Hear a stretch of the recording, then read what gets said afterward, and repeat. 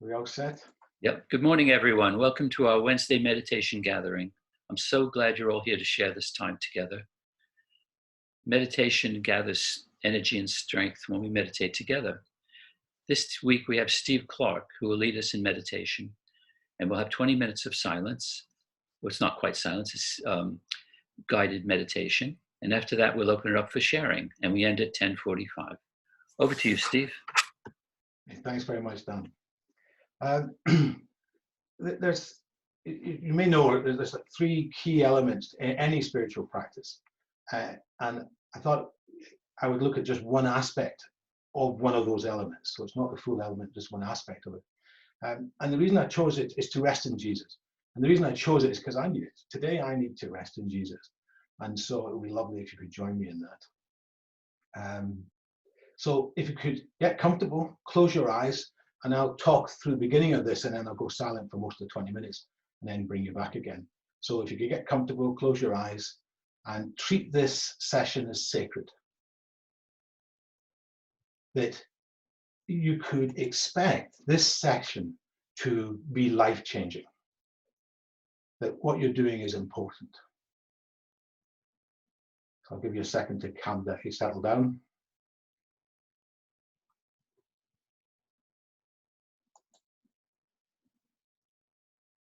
While we're here in the physical world, we have many needs. But the Course tells us that really all our needs can be reduced down to one need. The one need to rule them all. Our one need is to be aware of our closeness to God. For us to learn how to accept that closeness, we can rest in Jesus. It is clear for anyone who cares to look that the Course has been dictated by somebody who claims to be the historical Jesus, who has risen from the dead and joined the Holy Spirit at the end of time. He claims to be the only one, at least by 1965, to have made it all the way. To be the only completely true witness for God, and the only one who can perform miracles indiscriminately. He's in charge of the process of atonement, which he undertook to begin by his resurrection. He's also in charge of the sonship, which he, being our elder brother, completes by sharing it with us. So essentially, he's the man. He's the one that knows the way.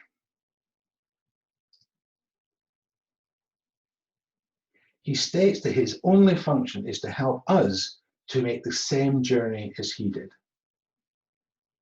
Therefore, it makes sense for us to listen to him and his instructions on how to return to love. On the first page of the Course, Jesus says, "My strength will support you. So don't worry and leave the rest to me."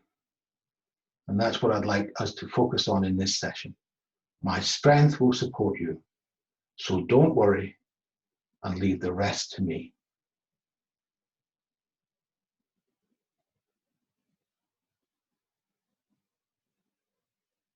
So in this practice, I'd ask you to invite Jesus, the historical Jesus, the risen Jesus, the Spirit Jesus, into your awareness, with the emphasis on you resting in him. He knows the way, you do not. You need do nothing but be directed by him. Rest in him. Try and avoid any meditation techniques you've learned in the past. Come to this moment anew without knowing what to do, without being clear about the how, and instead consider the why. You are resting in Jesus, your beloved elder brother.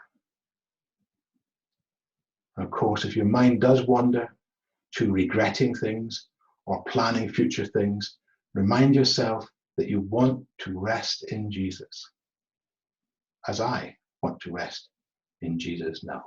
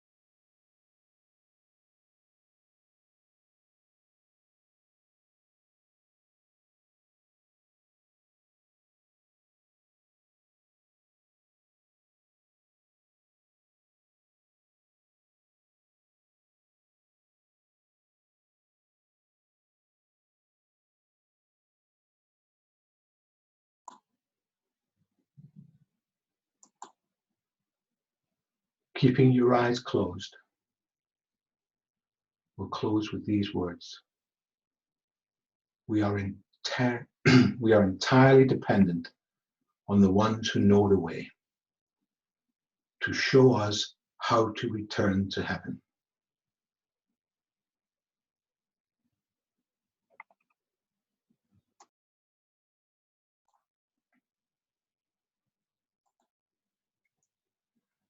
We cannot find the way on our own efforts because we deliberately delude ourselves. So whenever you feel yourself taking control, being in charge, or being assertive, remember that the cure is to rest in Jesus, for he will show you the way. His strength will support you.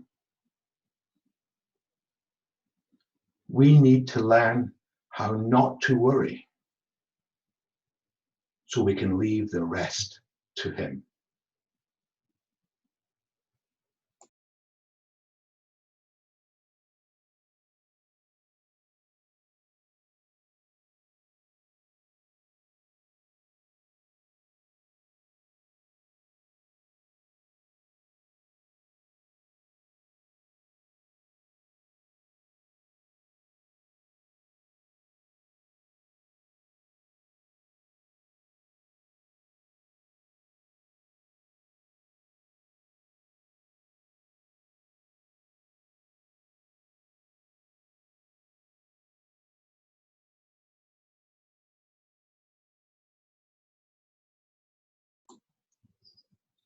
Amen.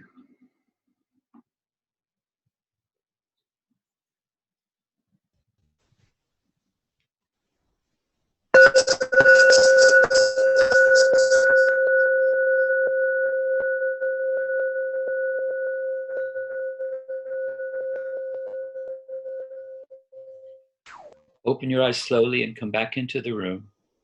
We have approximately 20 minutes left for sharing your reflections and your questions.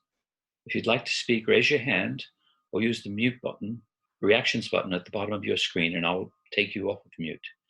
If you'd like to ask Steve a comment or have a question, and you'd like to do it with confidentiality, put your message in the chat function at the bottom of the screen, and I'll read it out.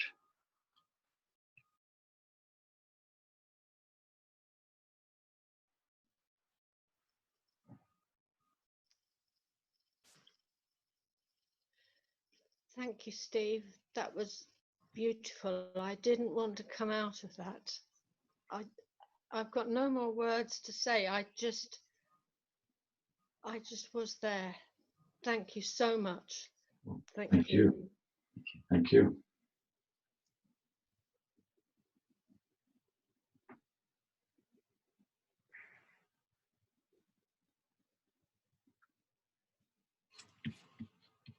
Celia, take yourself off of mute. That's Steve.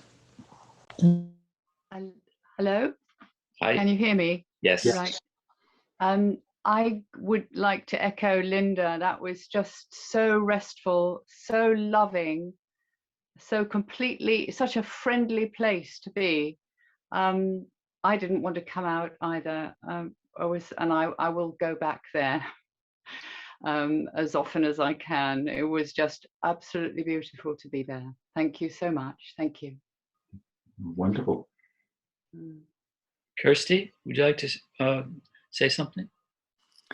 Hi, thank you for that, Steve. What I find is I completely,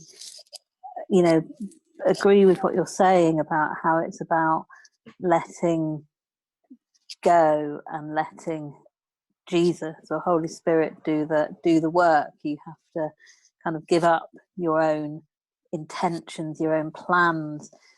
But I find that there's a huge amount of efforting on my part.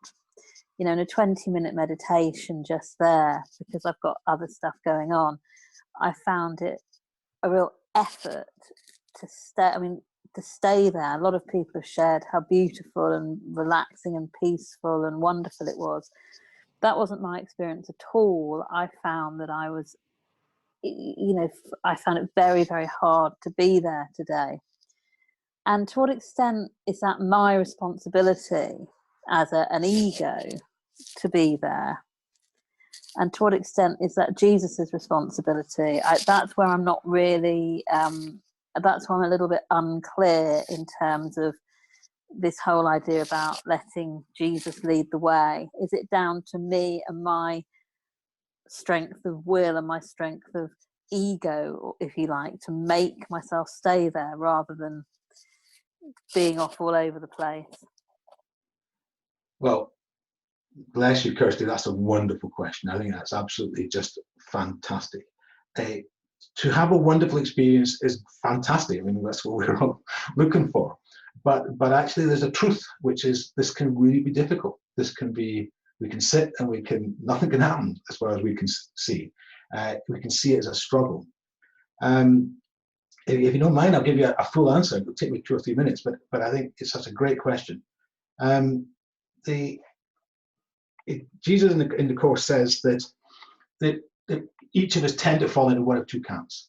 There's the camp who can get in touch with the love, that they find it quite easy to sort of close their eyes, open their heart, so to speak, and they'll feel the love and they'll feel the peace. And that's a bit like Helen. Helen was the example he gave of someone who was very easily accessed the love.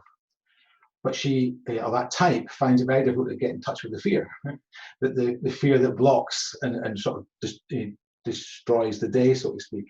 And we have to do both. We have to somehow get in touch with our fear so that it can be corrected. And obviously that correction is easier when we get in touch with the love.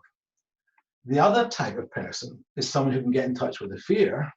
This is now like Bill, and Bill could get in touch with the fear, but he struggled a bit to get in touch with the love. That whole idea of me, I'm not included in the atonement. Everyone else can be saved, but not me. And I definitely, I'm in the Bill camp here. I'm definitely, I can get in touch with my fear. I can talk for hours about the nature of how we screw ourselves up through our anxiety and our worry and our concern about things.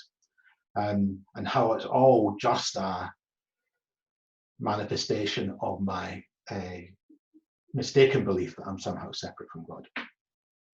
I struggle much more about the love side, close your eyes and just let the love rise from your deeper subconscious. So Kirsty, I'm completely with you that I've sat through those. But he is, and it's even in the quote I used today, we do have a part to play. We do have an absolute job to do.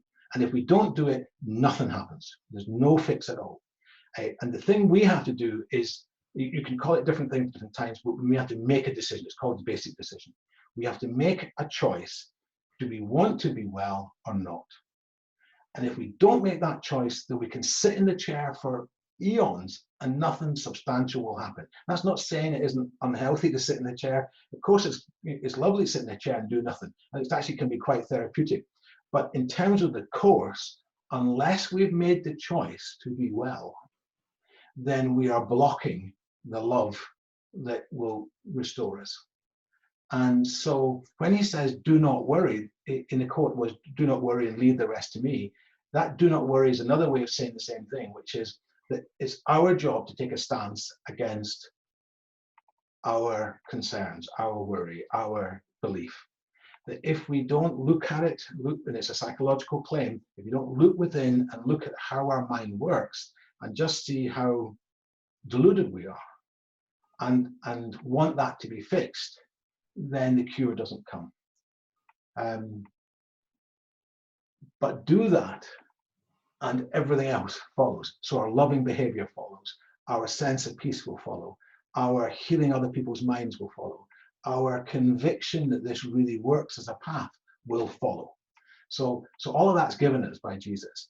But if we don't turn up, if we don't sort of put ourselves on the line and really want to be healed, then nothing can happen. I don't know if, Kirsty, that helps your question or your dilemma. But What do you think? It really does, Steve. Thank you. I'm definitely in the Bill camp as well, I have to say. Can I just ask you, was that, where did you read that? Was it Absence from Felicity, or where's that? Well, there's this book called A Course in Miracles. I don't know if you know about it, but it's all Oh, that one. Yeah, I've heard of it. Yeah. Actually, everything I think I said, it was in the first 100 pages of the. I mean, I used a complete edition. So the first 100 pages of the complete edition have everything I said. I don't think I said a single thing that wasn't in the first 100 pages. Oh, okay. That's great. Thank you. Yes. Nigel, do you want to? Sorry, Dana just jumped in there. Yeah, go ahead. Steve, I just want to say thank you, like other people had. I particularly liked your introduction. I found it particularly useful because for those of us who follow the lessons chronologically, today is lesson 41, which is the first time A Course in Miracles encourages us to think about meditation, and in fact takes us through our first one. So I thought it was very appropriate. I'm also in the Bill camp, and taking my hand off the levers of control is where I know the business is, and I struggle with it like everybody else. But I'm going to keep on struggling. I let it go all the time, and feel I'm getting better, more straightened out. Excellent. Thank you. The thing I would just add to that then, Nigel, is what I found tremendously helpful is there's a part in the course which says, don't you, I'm paraphrasing, I can't remember the quote, is don't evaluate your progress. You know, you can calibrate where you are on the journey to heaven. So in any session when you sit down and you do as best you can, you go through the practice as best you can, and you sit there and nothing seems to happen. The only thing wrong with that session is your evaluation that something didn't happen. But actually, if you remove your evaluation, you remove your assessment whether that was a good one or a bad one, and just say it was what it was, it makes it a good one, if you know what I mean. I've the number of times I've woken up, wrong word, come out of a practice session and thought nothing happened. And then later in the afternoon, found myself speaking from the nothing that happened in the morning, and realized that it was exactly what I needed to know for this thing in the afternoon that I wasn't aware of, and so on. And you think, well, actually, maybe something did happen in that morning. I just was unaware. I didn't know how to measure it. So I think we don't really know how to measure progress. So trying to measure it is a waste of time. You know, so just really just turn up every day. That's really all I can say. Thank you. Natalia, would you like to ask something? Thank you. Right, hello. Hi, Steve. Hi, Natalia. Nice to see you. It's lovely to see you too. I think this has already been asked by Kirsty, I'm not sure, but I'm so confused at the moment. And I just want to say out loud, because I think it'll help my progress, if you don't mind. So last time I surrendered my life, it all went upside down. And if you remember about 6 years ago, I was like, everything had been taken away. So I lost my marriage, my house, my and I think I'm still in this process of wanting to surrender, but now I'm so fearful. So I'm in fear right now. So I want to surrender and I want to let go, but I'm hanging on for dear life, and fear and love don't coexist. And I just want to verbalize that I'm scared of letting go again. Yeah. But anyway, thank you for listening, and that's it. We could do more than that, Natalia. It's real. What you're talking about is real. The fear is like real for you. I don't mean, it's not real. It's not real. But it's where you're at. It's where we're all at. In my sort of excursion in the course community, the biggest single thing you can see is denial of fear. Is that the number of people who talk about how wonderful, I'm not saying people who say it's wonderful are completely fooling themselves, but there's clearly a self-deception about how wonderful everything is, when secretly we're all feeling a great fear. So the course does say there's a period of sorting out, and be honest, I'm not that well read to work out exactly what all of this means and so on, but my experience of it is bloody unpleasant. That it's not a, you know, I'm not having a fantastic time a lot of the time because I'm still early in the journey, and what I'm so the game is, and I'm going to try and pull a lot of things into sort of very short space, so forgive me if you don't follow all of it. But what the Course says is that we feel desperate because we're separate from God, or we think we're separate from God. Now, thereafter, once you think you're separate from God, the rest just we'll treat as if that's true. We'll talk, okay? It's not actually true, but we think we are. So, given that we're separate from God, we feel bereft. We feel less than we have been made, and we feel terribly guilty about that because we think we've permanently damaged ourselves. We somehow rent ourselves away from our true nature, and we're now deficient less, and that's awful. Just the worst feeling. And so what we do is we like good psychological messes, we cover it up, we repress it, we bury it, and we bury it under a different belief. It's still a fear, but that fear is more acceptable than the terrible fear that we really damaged ourselves permanently. And so the fear is that we'll be damaged by the world, that we're somehow a victim of the world, that the world will come along and just do us wrong. And it's still a horrible fear, but it's a lot less horrible than the one we've now forgotten because we buried it under it. So, and then, because that fear is still too horrible, we cover it with another fear, another thing, which is, I can make a go of this world. I can get by. I might be able to write the greatest song. I might be able to make enough money. I might be attractive enough to win the right partner. I might get the safest house. I might, you know, whatever the thing is, right?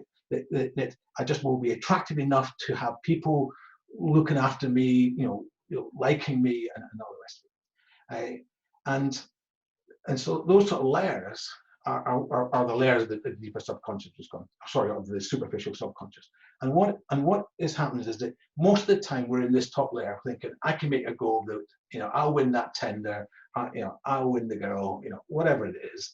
And when it doesn't happen, and it's never going to happen ultimately, I mean, it might happen for a while, but the whole thing's designed to fall apart because we've still got this core fear we haven't acknowledged. But so for a while, things will work out, and we'll think like we've done it, we've sorted it out, we've got to control the beast, that, you know, the world is behaving the way we want it to behave. And then it trips up, you know, the girl walks out, you know, we lose the house, or whatever it is. And so what happens is that opens up that next fear. And then we sort of get this revelation, because we've forgotten it is an absolute revelation. It's a good healing process where we realize we feel unworthy and the world is out to get us. And it's a sort of devastating, I don't want to underestimate it. It's a horrible experience because we now realize that we're the victim of the world, and that actually, no matter how you play this dice, you know, the world's going to, you know, make sure we lose. And that's a great progress. If you're getting in touch with that, you've made more progress than the guy who thinks he can still make a, you know, his way in the world. Jesus was talking about this in the Gospels when he said it's easier for the rich, it's harder for a rich man to get into heaven than a camel through the eye of the needle, because what he means is if you're in that top layer, you're still thinking you can make a go of it.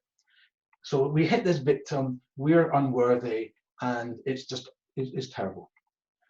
And we can stay there for quite a while. And the Course says, unfortunately, we tend to. But actually, that's not really the fix. The fix is to get to the layer below, which is even worse. And that layer below is, we're the perpetrator. It's not that we're the victim of the world, but actually we're the cause of the mess of the world, because we believe that we've separated ourselves from God, that we believe we're the ones who damaged our brain, that we're damaged our mind, that we're the one who is perpetrating this travesty of a cruel world.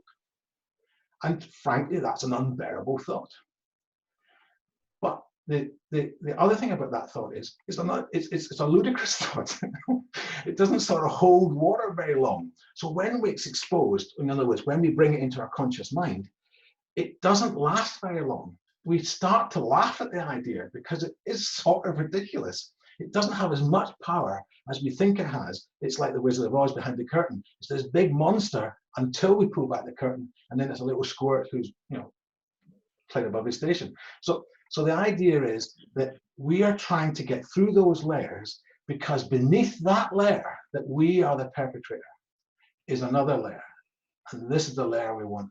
This layer says that you are as God created you, untarnished, unhurt. You have never damaged anyone, and no one has damaged you. You are pure, you are innocent, you are whole and complete. And so is your brother. So is the one who offended you. So is the one who hurt you. And that's where we're trying to get to. And so, and we fluctuate. We're up and down. Some days we'll get into, rarely, but we'll get in touch with the deeper one. But more often than not, we'll bounce back up to the bottom one.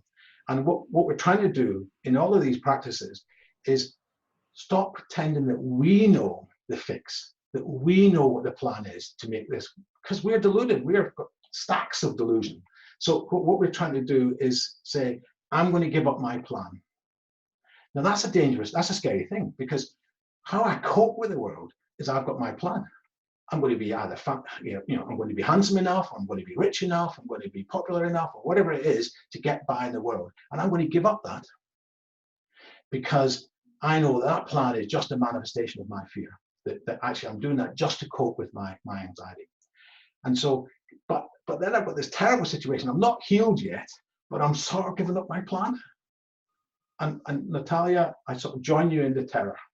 It's a terrifying place to be. And I'm in it now. I think where I'm now in my stages, I realize that my plan never serves me. It never works out. It always hurts me. There's a line, of course, that says something like, there's 10,000 roads. You've been down 10,000 roads of the world, and you found that every one of them didn't provide what you wanted. You're free to go down another 10,000. Or you could decide, look, I know they're all going to get nowhere. And so there's no more roads that I can try, because it always hurts. So I'm back with Nigel which is, I'll turn up, I'll do the practice each day and throughout the day, because my plan always hurts me. And although it's a bit scary to go through these layers, this is the only way out of this mess. I'm sorry, a lot packed in there, but I don't know if that helps, Natalia. Thank you. Thank you, Steve. We've come to the end of our time together today. That's been wonderful. Please take yourself off of mute and show your appreciation for Steve joining us today. Thank you. Thank you, Thank you, Steve. Steve. Thank you. So much. Steve, so powerful for reminding us not to worry. Thank you. Thank you. I have no idea what you all said, but thank you. Very much. Thank you. Thank you.